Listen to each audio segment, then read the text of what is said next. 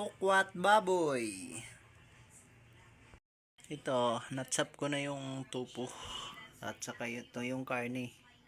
Ang gagawin natin ito, iprito na lang natin. Ituhin na natin muna yung karne.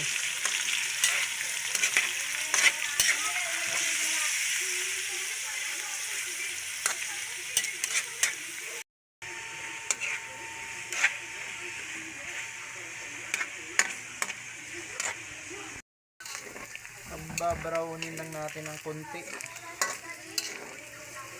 yung karne na to bago natin hanguin. Hanguin na natin.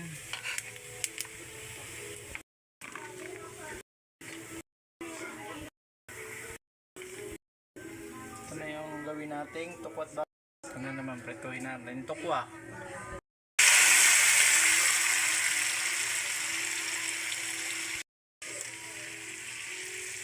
Dahan-dahan lang kasi madudurog yung tukwa pag yung tupo pag inano natin, dahan-dahan lang. Ito na yung tupo natin sa gisahin-gisa.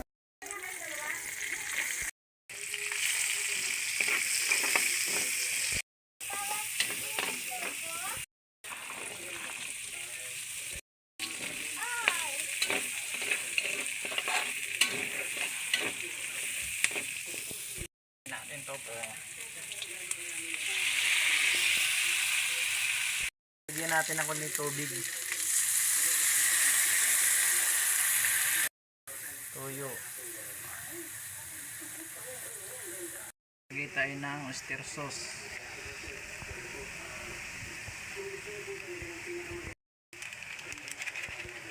Lagyan natin ng konting suka. Lutuin lang natin. Yan, tukwat baboy natin.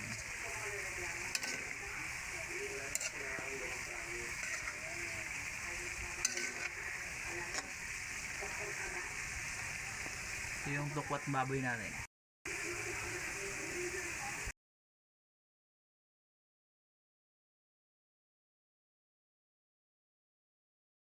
Ng tukwat baboy. Ayan. Tupo at saka tukwa. Tupo at saka baboy. Lagyan natin ng sili. Yung pampasarap, sili.